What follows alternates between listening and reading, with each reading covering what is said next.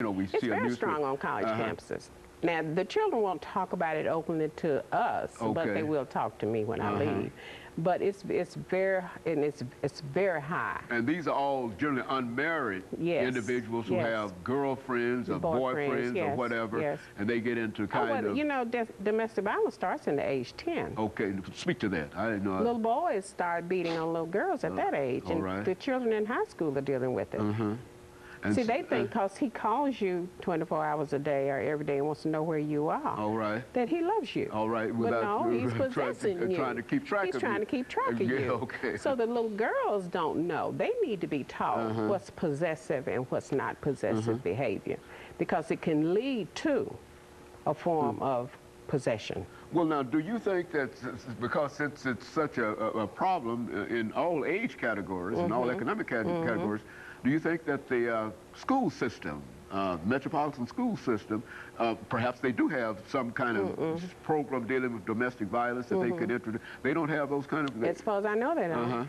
Well, as far as I know, they don't. It seems to me that that would be the place. It would be one. That would be one of the places that people could start if we want to talk about if we are sincere. If we are sincere in breaking the cycle. That's right. You need to start in the classroom, and you need to start in the young classroom, because see, we all want to go to the ages of 10. All right. By the time those little boys get to 10 years old, they already have their habits formed. They do.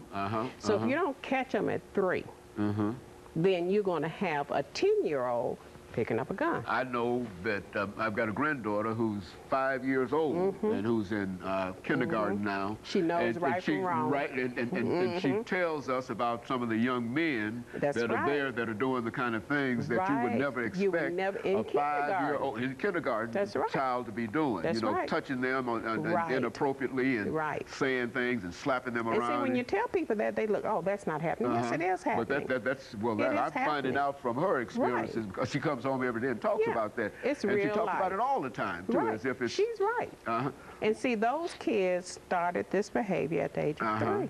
Okay, and so by the time they get to kindergarten... They thought it was cute. That's you know, we all think our children are cute. I thought mine was cute. But by the time they get to 5, 6, and 7 years old, and then later on they get into... It's too late. Yeah, it's a real problem. It's a problem then. It's a problem. And then everybody's got to take notice.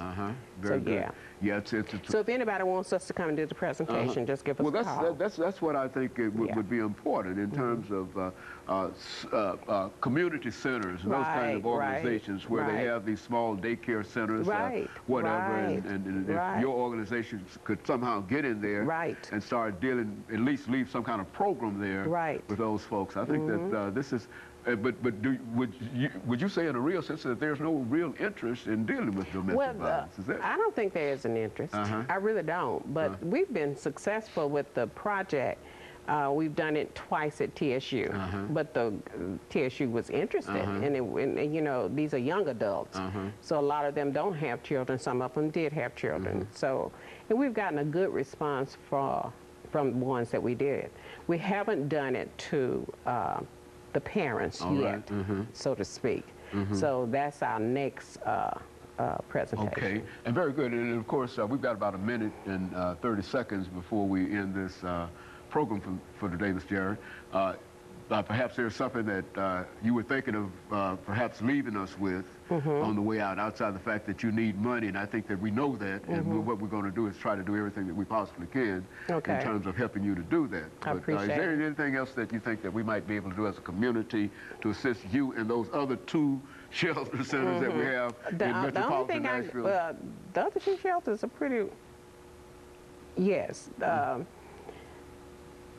just be supportive. Just be supportive, and to recognize that it is not an isolated kind of thing, and that... and just think broadly about domestic violence. It's not in a cocoon. Okay. It's not AIDS. All right. It's real. It's real. Very good. It's real. And of course, let me thank you over the last half minute that we have here, Mr. Jarrett, for bringing us that excellent information, and especially the ability to tie domestic violence into some of the health care problems, some of the gang problems and other problems that we're having. Because